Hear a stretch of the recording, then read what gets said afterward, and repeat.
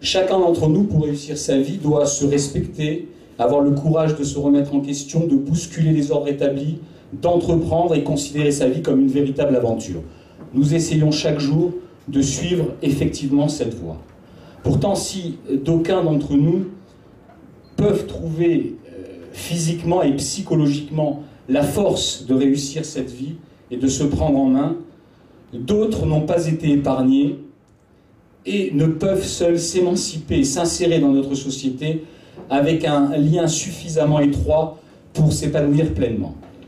C'est le cas, mesdames et messieurs, de ces jeunes enfants, adolescents et adultes pour lesquels nous sommes réunis aujourd'hui, au seul profit desquels notre association, la DSEA 06, a mis en place des moyens humains, matériels et médicaux à leur seul profit, publics en situation de souffrance, de vulnérabilité, d'exclusion, souvent en raison d'un handicap ou de difficultés d'adaptation au corps social.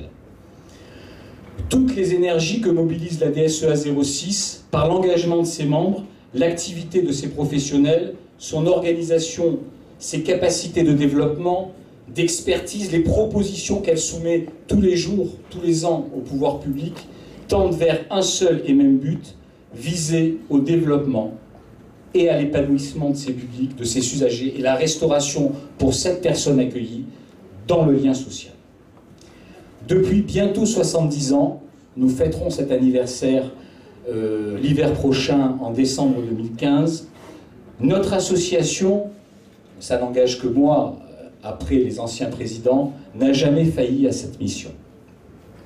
Les moyens qu'elle met en œuvre pour atteindre ses objectifs sont multiples. Gérer et développer, promouvoir toute structure d'accueil et d'éducation et de soins pour ses enfants. Favoriser l'intégration en milieu naturel, c'est très important, nous sommes dans l'un des établissements pour ce faire. Promouvoir un mouvement de solidarité en faveur des enfants, adolescents et adultes handicapés. Développer et favoriser l'accès à la formation des personnels et des membres de l'association. Le complexe de Sofia a cette particularité, celui que nous inaugurons aujourd'hui, c'est qu'il participe pleinement au développement de cette gestion associative. Alors, je vais enlever ce micro, parce que je ne vous vois pas, c'est insupportable.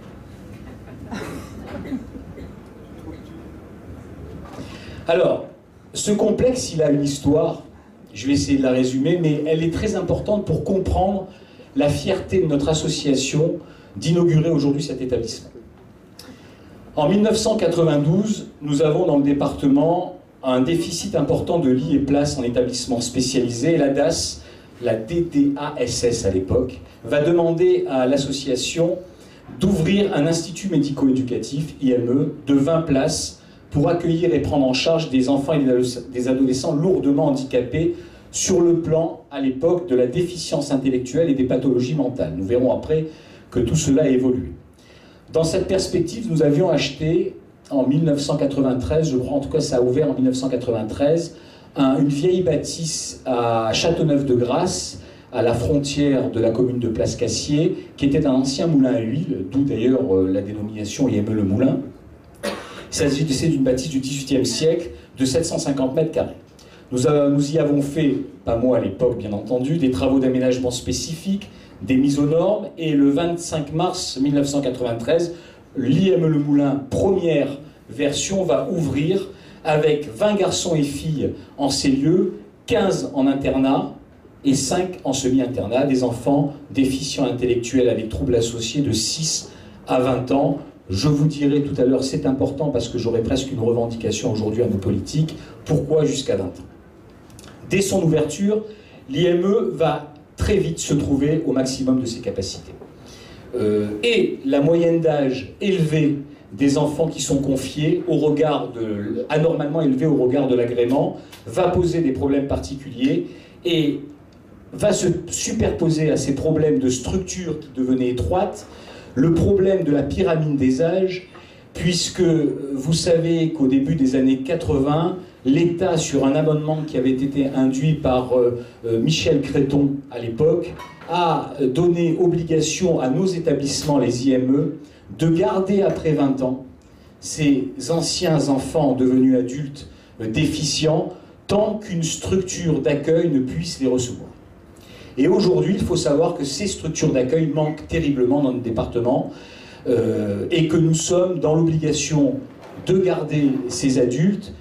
Et donc toute la chaîne s'en ressent, bien entendu, puisque nous avons moins de place pour des jeunes enfants et il faut que ce cercle vertueux du parcours de vie qui préside à notre association puisse un jour, dans les années qui viennent, je l'espère, pouvoir retrouver ce fil conducteur sain et pérenne qui permette, selon les âges, de passer d'un établissement à un autre et d'avoir ce parcours de vie.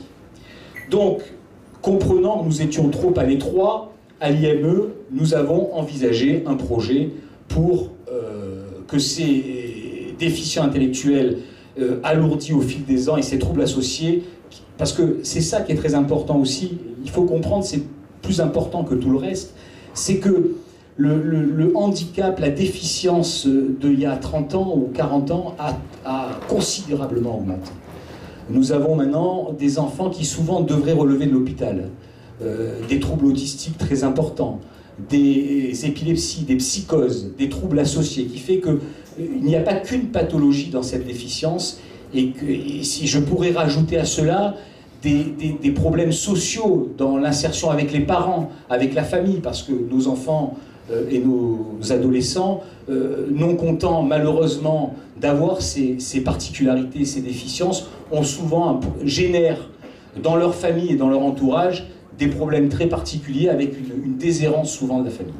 Donc, dans la mesure où nous n'avons pas tous les établissements pour ce faire, ce constat nous a contraints, de par l'inadéquation architecturale du premier moulin et de par la capacité d'accueil trop limitée au regard des besoins qualitatifs et quantitatifs du département, de dire il faut qu'on délocalise ce projet. Parallèlement, j'irai plus vite, nous étions également pour le centre d'action psychothérapeutique, travail adapté, également dans des lieux qui devaient être mis aux normes, qui n'étaient plus adaptés à l'accueil de nos jeunes adultes. Il fallait également délocaliser le CAPTA, qui était hébergé dans un autre IME, dans des conditions beaucoup moins sereines et intelligentes qu'ici, comme le foyer d'adaptation par le travail devait également bouger. Donc on a envisagé, dès 2003, par l'ancienne directrice, avec le concours bien entendu et l'intervention de la direction générale de notre association, on a commencé à réfléchir sur le complexe de Sofia. Quand je dis on a, c'est que j'étais déjà au conseil d'administration de la DSEA, qui était présidé à l'époque par le bâtonnier Pierre Cézy, qui est ici aujourd'hui, et je peux vous dire que ça a été un parcours de longue haleine, difficile, non pas du fait des politiques qui nous ont toujours aidés, mais contraint par des budgets. Notre premier, parce qu'à l'époque, nous n'étions pas encore dans la dotation globale, nous étions à l'époque dans le financement du prix de journée. À l'époque, nous devions présenter nos projets au CROZ, il y avait tout un cheminement, même moi en tant qu'avocat, j'ai du mal encore aujourd'hui à en suivre les méandres et les finesses administratives. Ce projet a été retoqué plusieurs fois par l'administration et l'ARS pour des problèmes de financement, parce que notre expertise et nos qualités de la DSEA, si elles sont reconnues au niveau du département et de la région par nos financeurs, quand on doit présenter un projet, on ne rentre pas dans les cases. On est trop cher. En tout cas, pour ce projet, on était beaucoup trop cher par rapport à la moyenne du prix de la place en IME qu'il y avait à l'époque. Je crois que c'était des indicateurs au niveau national, hein, monsieur Lajoie. Vous me coupez si je dis des bêtises, hein. Donc on a représenté plusieurs fois ce projet, jusqu'à abandonner presque gêné l'internat. Nous n'avons gardé que le semi-internat et on a considéré qu'il fallait augmenter la capacité. Donc il nous fallait un terrain et nous avons alors été mis en relation avec le CIMISA et le club des dirigeants à Sofia Antipolis, qui nous a accueillis remarquablement et qui nous a permis, par le vice-président aujourd'hui du Conseil Général, qui devait être là aujourd'hui, qui était à la pose de la première pierre, que je ne vois pas aujourd'hui, le président Mascarelli, d'acquérir ce terrain. Alors, ceux qui ne sont pas venus à la pose de la première pierre ne peuvent pas comprendre ce qu'ils voient aujourd'hui. Enfin, ils le voient, mais c'était un terrain magnifique, une exposition parfaite, accessible pour nos enfants, nos transports, nos personnels d'une façon, vous l'avez vu, peut-être pas à 8h30 du matin, bien entendu, et à 6h30 le soir, mais en tout cas accessible très facilement de l'autoroute, de l'est et de l'ouest du département. Ce terrain était nu, et on a acheté ce terrain, je crois, monsieur le bâtonnier Piassesi, en 2008, courant 2008. Pensant très vite, très vite, mettre en place cette IME.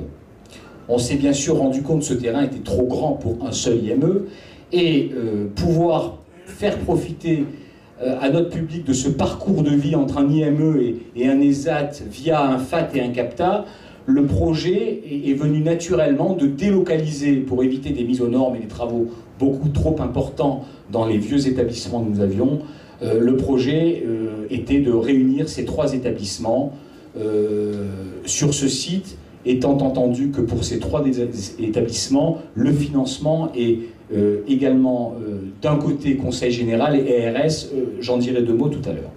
Donc, après plusieurs projets, nous avons présenté ce projet et ce projet a été accepté. Après, donc ce terrain est resté en friche, je vous le dis, parce qu'en tant qu'ancien membre du conseil d'administration et maintenant est président depuis quelques années, nous étions même juridiquement, mais un avocat voit le mal partout, hein. Ça c'est normal, c'est son métier. Nous étions presque inquiétés pour notre responsabilité parce que nous avions immobilisé des fonds de nos réserves associatives pour cette incidence foncière, 800 000 euros je crois, hein, à peu près 800 000 euros. Et nous n'avions pas de projet clarifié et accepté aujourd'hui. C'est pour ça que cette inauguration pour moi a une odeur particulière. Ce projet a été mené à bien. Alors, il est mené à bien, vous arrivez aujourd'hui. Il faut savoir que cet établissement, ces établissements, ont vu leur première pierre, ont ouvert le 1er septembre 2014, c'était un impératif, puisque nos enfants et nos jeunes travailleurs devaient être délocalisés, donc il fallait ouvrir le 1er septembre. Pour ouvrir le 1er septembre, eh bien, tout le monde a remonté les manches en plein été, hein, je me rappelle de cet été 2014, parce qu'il nous fallait la visite de Mme Vallée de l'ARS qui devait déjà adouber et donner l'agrément, mais pour qu'elle donne l'agrément, il fallait que nos amis les pompiers viennent, que la commission de sécurité dont je viens de signer aujourd'hui le retour des rapports intervienne, et j'avoue, et on était très pessimiste, mais l'ancien président est plus pessimiste que moi par nature, on était pessimiste sur une ouverture au 1er septembre, et nous y sommes arrivés. Donc, on a donc ouvert le 1er septembre 2014, la première pierre a été posée, alors il faut le savoir, je crois que c'était le 12 ou le 13 avril 2013, lorsque nous sommes venus pour la première pierre, les fondations commençaient à être en cours, c'est-à-dire que les travaux ont été exécutés en moins de 24 mois. Donc un chantier qui a marché tambour battant. D'ailleurs, la pose de la première pierre avait montré déjà une évolution remarquable. Donc ce projet, on a vu l'historique, très rapidement, vous l'avez visité avec moi. Je vais réduire parce qu'il y a d'autres intervenants, mais je pourrais parler des heures de mon association. 3600 mètres carrés, il faut savoir, donc un bâtiment réservé à l'IME, un bâtiment pour le FAT, un bâtiment pour le CAPTA. La ligne de conduite que vous devez retenir, c'est que ce complexe permet d'abord, d'une part, financièrement, et nous y sommes aujourd'hui obligés, nous sommes en CEPOM, les budgets ne sont plus ce qu'ils étaient il y a 20 ans, une mutualisation exceptionnelle des moyens. Par exemple, le transport, la cuisine, que vous n'avez peut-être pas visité, cette cuisine permet de desservir les repas tant de nos jeunes de l'Institut médico-éducatif que nos jeunes du FAT, que nos adultes du FAT et du CAPTA. Donc il y a une vraie mutualisation, notamment également dans les services administratifs, bien entendu, puisque nous avons une seule directrice aujourd'hui du complexe, Mme Lyons qui est ici, et des directeurs adjoints dans les services. Donc il y a un vrai désir de réduire les coûts de façon à ce que nos disponibles aillent vraiment au cœur de métier, à nos cœurs de métier. Donc c'était ça le complexe de Sophia, d'abord, pour partie. Mais surtout, c'est un peu, Sophia, et nous sommes fiers, je vous l'ai dit, c'est un peu le fil conducteur et l'idée qu'on peut se représenter de la sauvegarde de la DSEA 06 dans l'accueil de ces publics. Nos personnels ne vivent que pour et par ces publics. Pourquoi ? parce que c'est un lieu où vous pourriez, et ça va arriver, pour un jeune, voir découler un projet, un parcours de vie qui nous est d'ailleurs aujourd'hui imposé par la législation, hein, le livret d'accueil, mon directeur général pourrait vous en parler des heures, un vrai parcours de vie, c'est-à-dire qu'on peut envisager qu'un jeune qui va rentrer en IME, qui va avoir un IM Pro, c'est-à-dire qu'il va faire une première formation, va pouvoir passer dans un premier temps en FAT ou en CAPTA, quand il sera jeune adulte, pour parfaire ses connaissances, pour travailler dans des ateliers, avec des éducateurs spécialisés, pour avoir sa propre vie dans un accueil financé par le Conseil général, son propre logement, et cerise sur le gâteau, parce que c'est ce qu'on souhaite. S'il y en a un qui réussit chaque année ou tous les 10 ans, on sera heureux, on aura réussi notre mission. Et bien pour finir, après, pour terminer dans un ESAT, avec une totale indépendance d'hébergement, véritable travailleur, voire, c'est arrivé, de rentrer dans le privé. Parce que c'est ça. Aujourd'hui, et je terminerai par là, le but de notre association et ce pourquoi œuvrent tous les jours nos personnels, c'est de faire en sorte de rétablir pour tous ces jeunes handicapés déficients le lien social, de les voir s'épanouir et de rentrer dans ce lien social, aider, comme je le disais en liminaire sur le propos de Jacques Attali, parce que seuls, ils ne peuvent pas y arriver.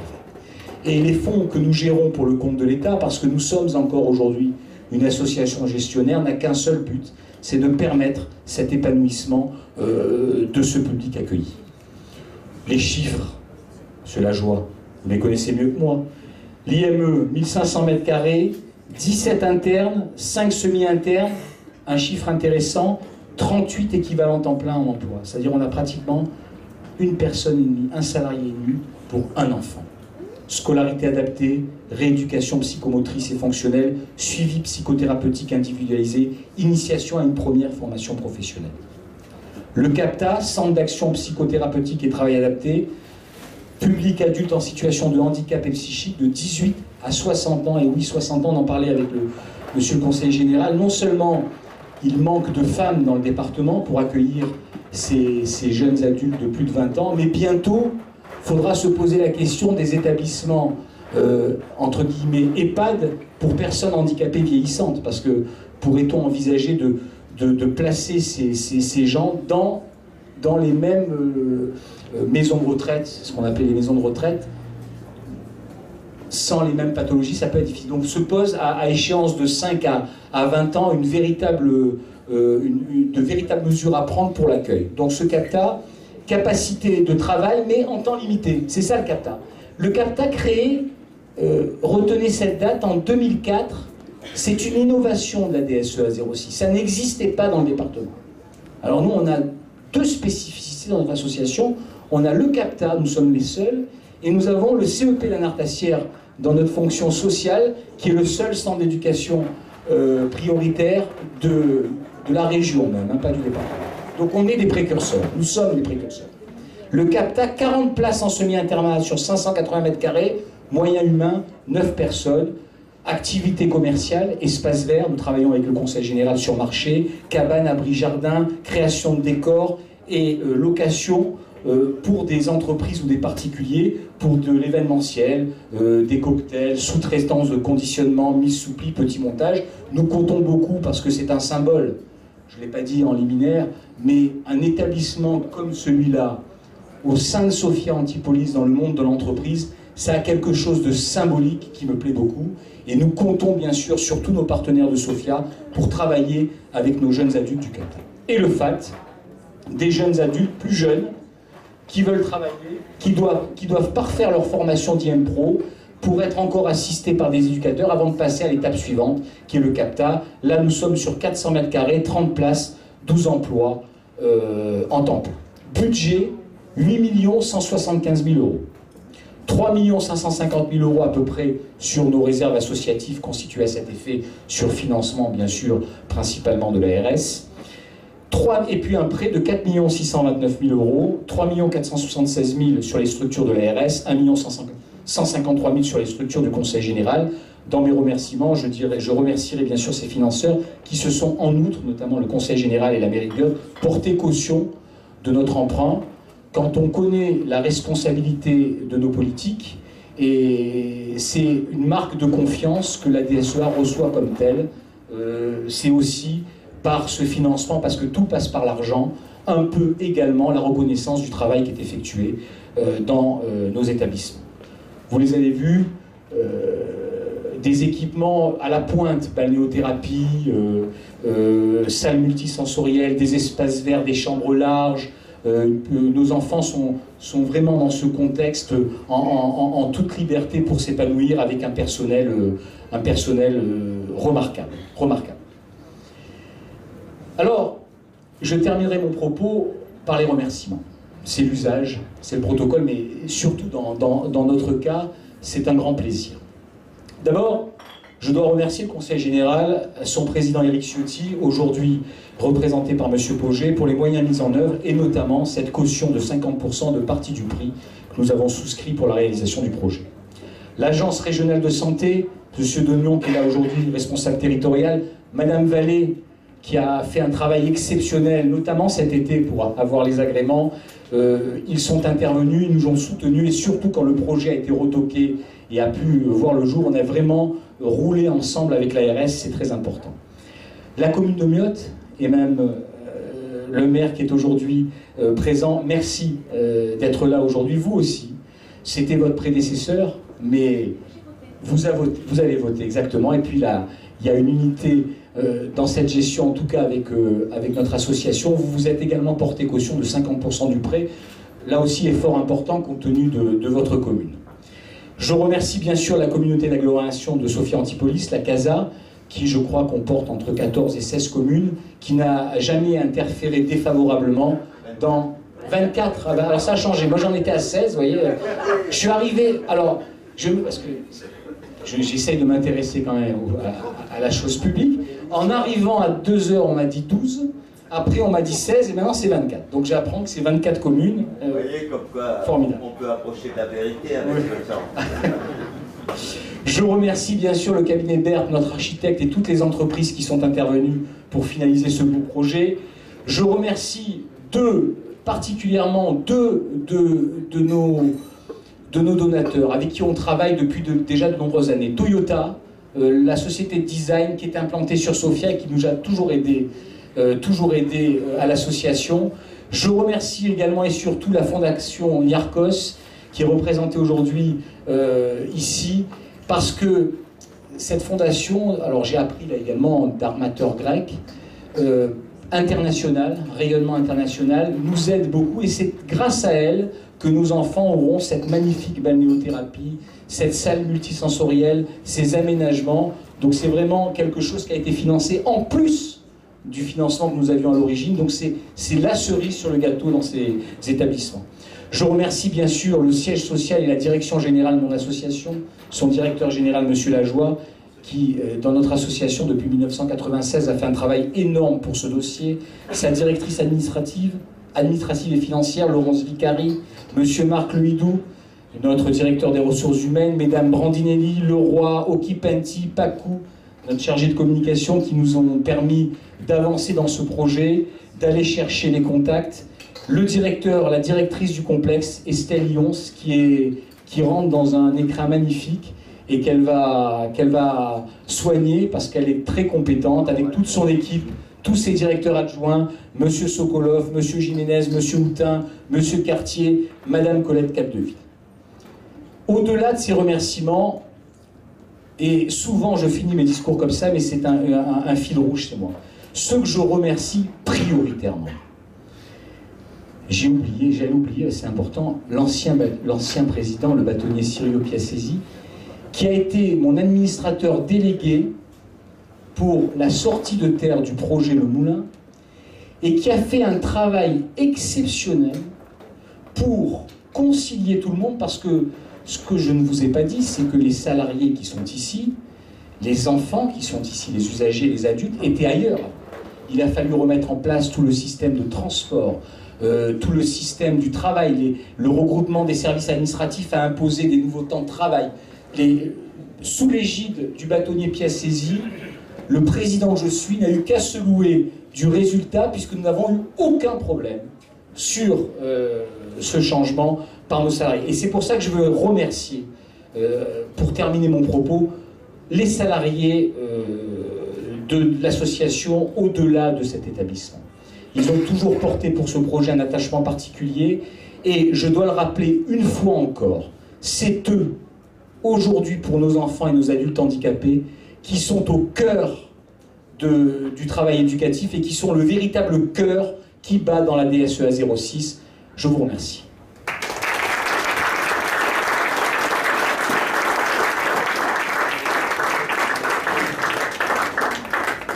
J'invite Madame le maire, Hélène Debras.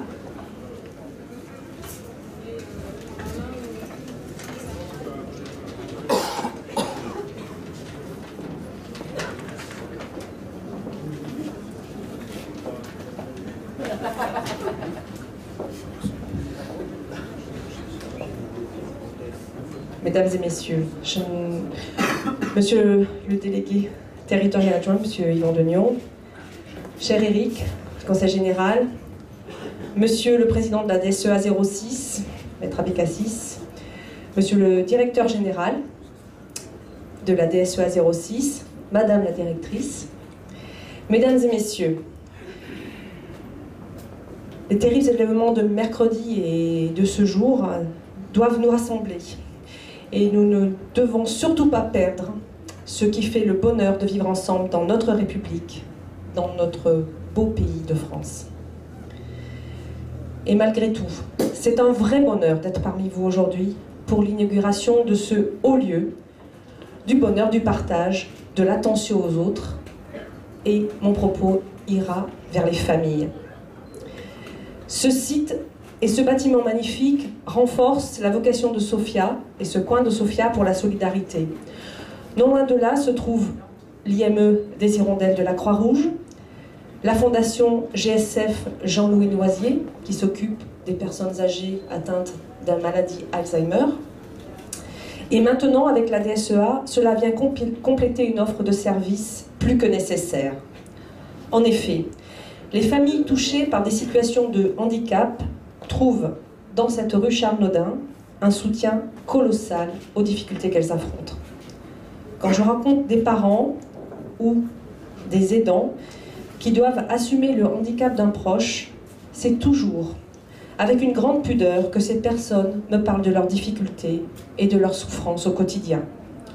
En créant des lieux où les personnes atteintes de handicap sont accueillies selon leur personne et comme des personnes à part entière, dans le plus grand respect, vous permettez, tous les acteurs qui sont ici, vous permettez à tous ceux qui les entourent de vivre, tout simplement. Cette inauguration, début janvier, c'est l'occasion aussi de présenter des vœux. Donc je souhaite donc à vous tous, et particulièrement à la DSEA 06, mes vœux les plus sincères de réussite, mes vœux les compétences et le lieu. Je crois que tout est pour le mieux, les meilleurs augures. Et puis pour vous tous, des vœux de bonheur partagé. Donnons aux autres, donnons du temps, donnons de l'énergie, donnons de l'attention, donnons du respect. Car donner de soi, c'est toujours un vrai bonheur. Bonne année à tous.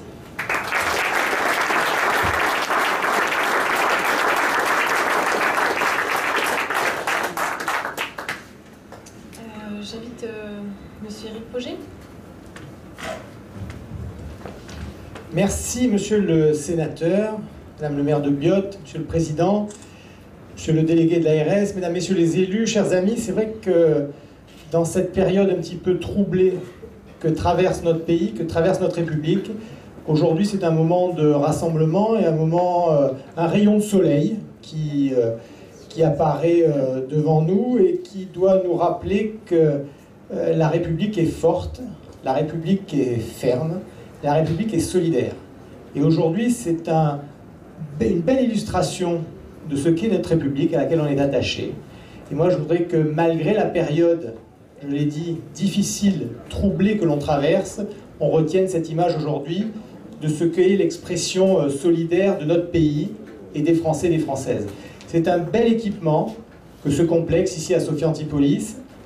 En plus, vous l'avez dit, Président, on est au cœur d'une des plus grandes technopoles européennes. C'est vrai, quand on parle Sophia Antipolis, on parle croissance, on parle économie, on parle innovation, nouvelles technologies. Et aujourd'hui, on met du sens solidaire. On montre que les Français et les Françaises, grâce à notre système tel qu'il est, associatif, collectivité territoriale ou autre, on est capable à un moment ou à un autre de dire que les plus fragiles dans la société ne sont pas laissés pour compte, ne sont pas abandonnés. Et je crois que c'est à ça qu'on mesure le degré de civilisation d'un pays, d'une nation. C'est lorsque les plus fragiles parmi nous, que ce soit les enfants, que ce soit les personnes âgées, que ce soit les personnes atteintes de handicap, et bien lorsque la collectivité, la communauté est capable de leur tendre la main, de leur dire à l'enfance, on vous accueille, on vous éduque, à l'adolescence, on essaye de vous ouvrir aux nouvelles technologies, de vous ouvrir aux loisirs, à la culture, à l'âge adulte, on essaye de vous trouver un travail, quelle que soit la difficulté qui va avec votre vie. Eh bien, je crois qu'on fait une belle œuvre commune. Et aujourd'hui, je voudrais qu'on retienne cet élément-là, parce que c'est ça qu'on inaugure tous ensemble.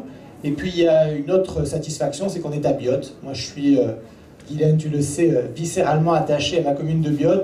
Que Biot puisse rayonner avec un équipement de cette qualité, c'est une richesse pour notre patrimoine biotois.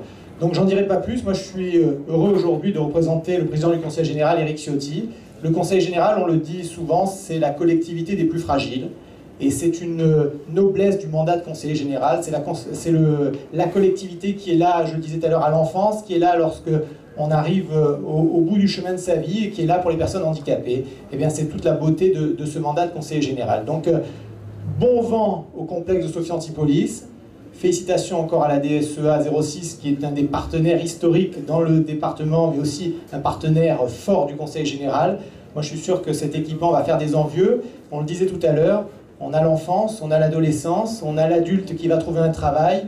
Il faut qu'on travaille maintenant sur la deuxième partie de la vie. Et je suis sûr qu'un site comme Sophia Antipolis pourrait, avec la CASA, avec les communes, avec le conseil général, trouver ce chaînon manquant pour que les personnes handicapées, vieillissantes, aient sur un même environnement la possibilité de poursuivre. Et d'autant plus que lorsque on tend cette main à la personne handicapée, il ne faut pas oublier qu'on soulage aussi des familles. Ça, c'est très important. Lorsqu'une famille a une personne handicapée chez elle, elle s'en occupe, elle donne tout son cœur, mais de temps en temps, elle a besoin de souffler. C'est ça qu'on oublie. Et des structures telles que la vôtre aujourd'hui, telles que celle-ci, dont on doit être tous fiers, elles permettent à de nombreuses familles d'abord de se sécuriser, parce qu'elles se disent « mon enfant, mon adulte vieillissant, il y a un endroit où il peut être accueilli », et puis ça leur permet de temps en temps de souffler un moment. Et ça, je crois que c'est quelque chose de très important. J'en dirai pas plus, j'ai déjà trop parlé, donc merci à vous toutes et à vous tous. Longue vie au complexe de Sophia Antipolis, et merci, Président, à vous, à votre conseil d'administration pour ce que vous faites.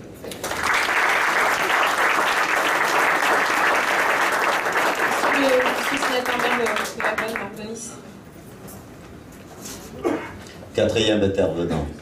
Il restera l'État à la fin.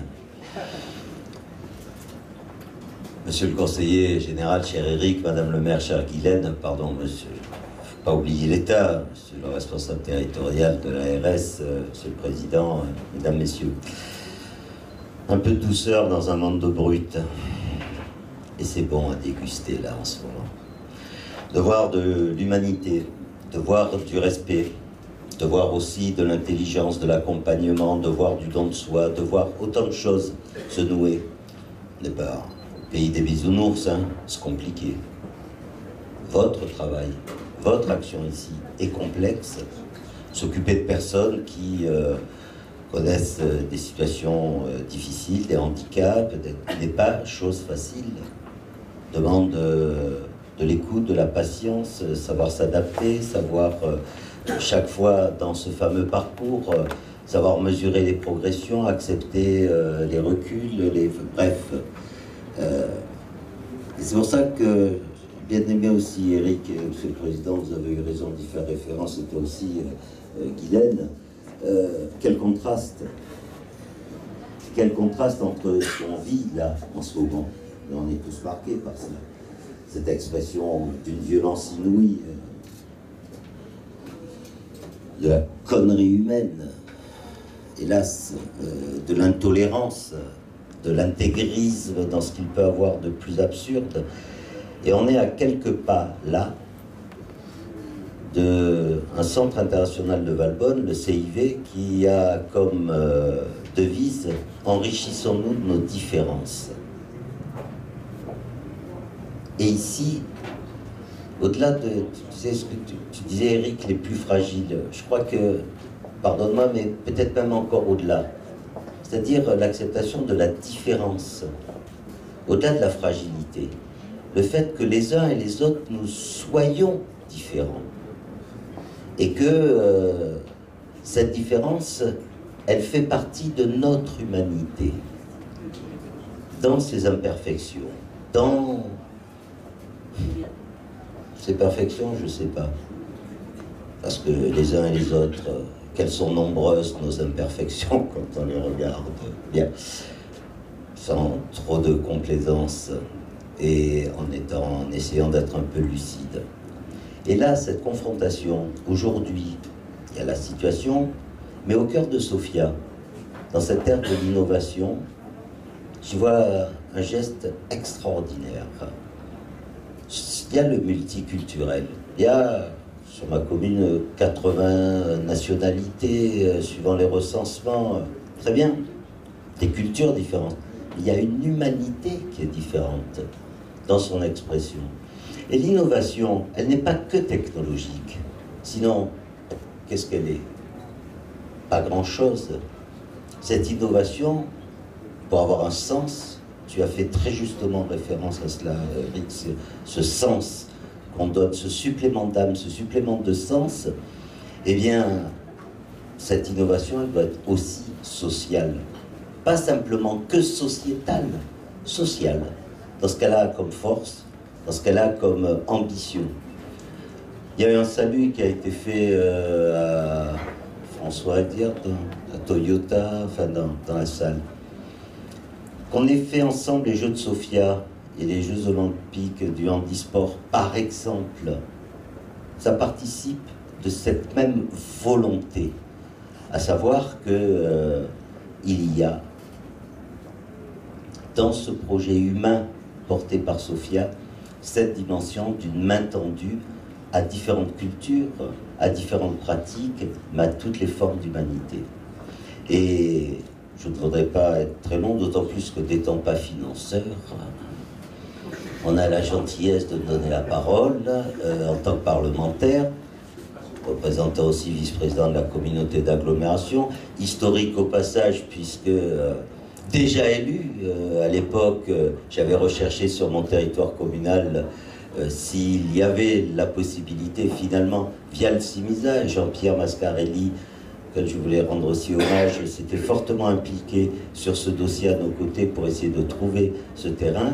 Eh bien aujourd'hui, il est dans le territoire sophipolitain et en plus sur Biot, chère Guylaine, pour qui j'ai moi aussi beaucoup d'affection. On est des communes sœurs avec Valbonne. Et les liens ne font que se resserrer, pour le bien de Sofia. Et je le dis aussi avec respect pour Antibes, pour qui on a une affection aussi sans borne. Bref, on travaille tous ensemble, même à 24, vous voyez. On va même dans le haut pays. On va même dans le haut pour aller trouver une autre différence, d'autres rapports à la terre, d'autres rapports à la nature. Eh bien, on est persuadé que ce projet commun, nous pouvons en faire quelque chose de prodigieux dans le respect des différences de chacun. Et c'est là où on se retrouve avec cette même vision.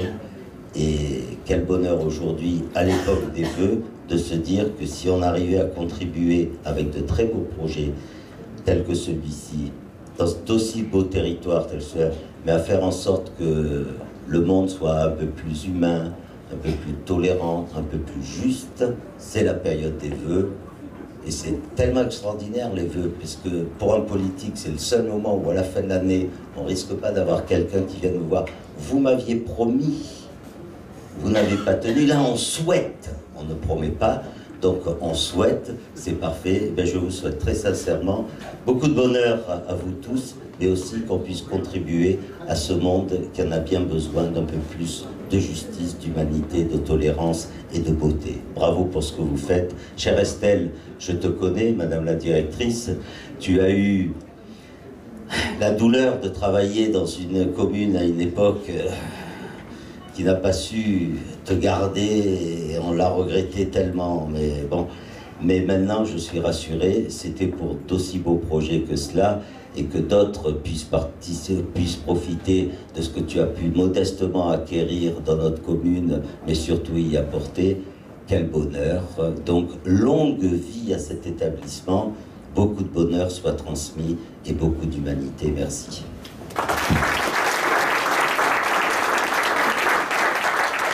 Yvan Beignon, délégué territorial adjoint des Alpes-Maritimes de l'ARS PACA. Bonjour à tous, c'est le dernier discours.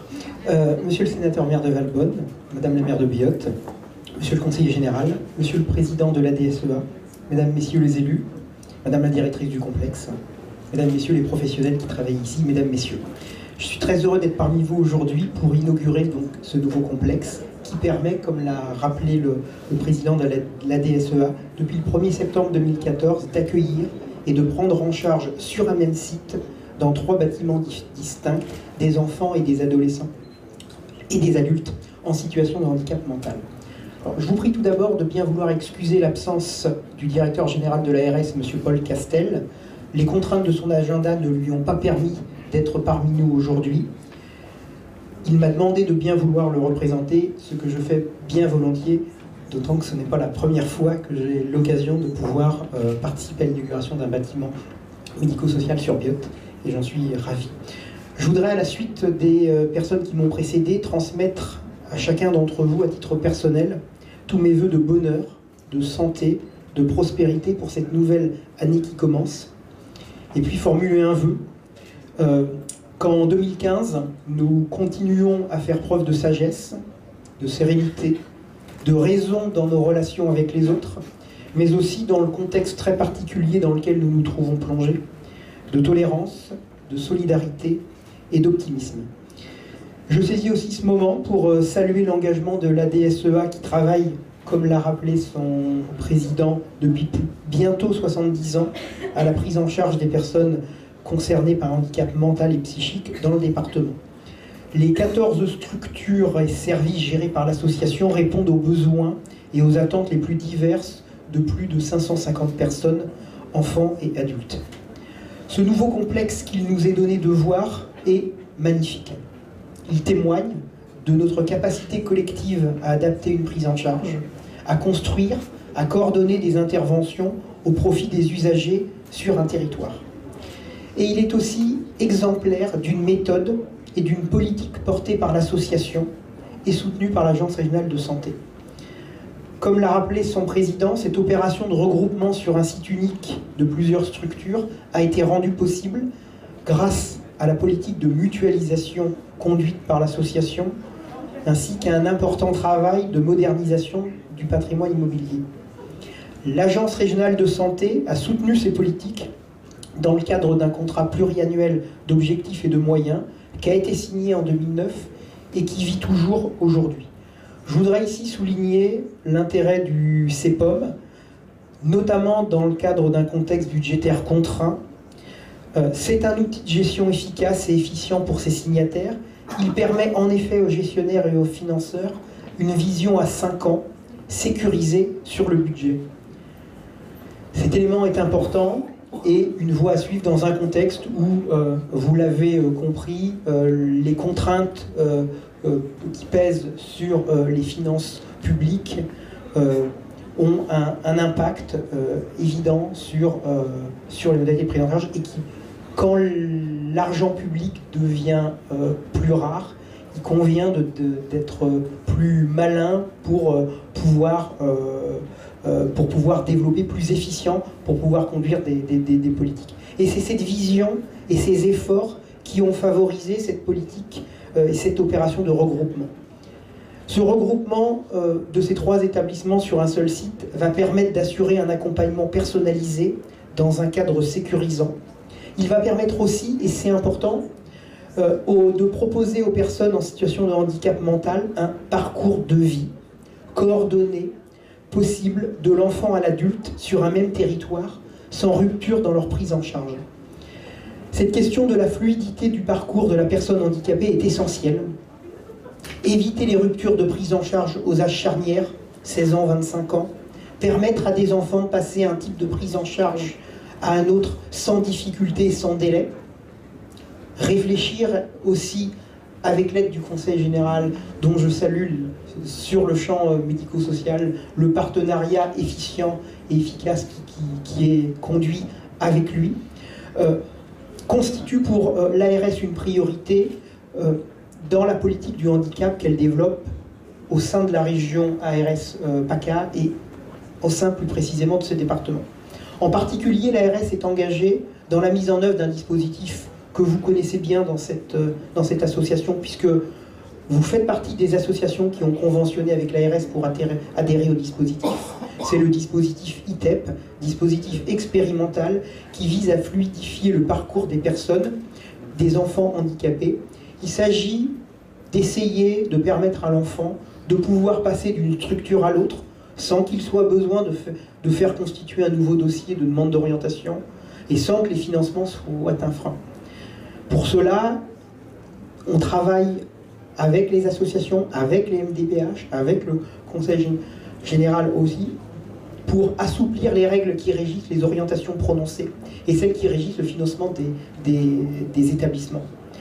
Le projet vient de démarrer, il va se poursuivre, des enseignements seront conclus qui permettront, on peut l'espérer dans un avenir proche, de favoriser et de fluidifier les parcours de ces personnes. Je voudrais conclure en rendant un hommage appuyé à l'ensemble des professionnels, administratifs, techniques, éducateurs spécialisés, soignants, personnels médico-sociaux qui travaillent sur ce site. Permettez-moi ici de saluer leur travail et leur implication personnelle au service des personnes accueillies. Merci de votre attention.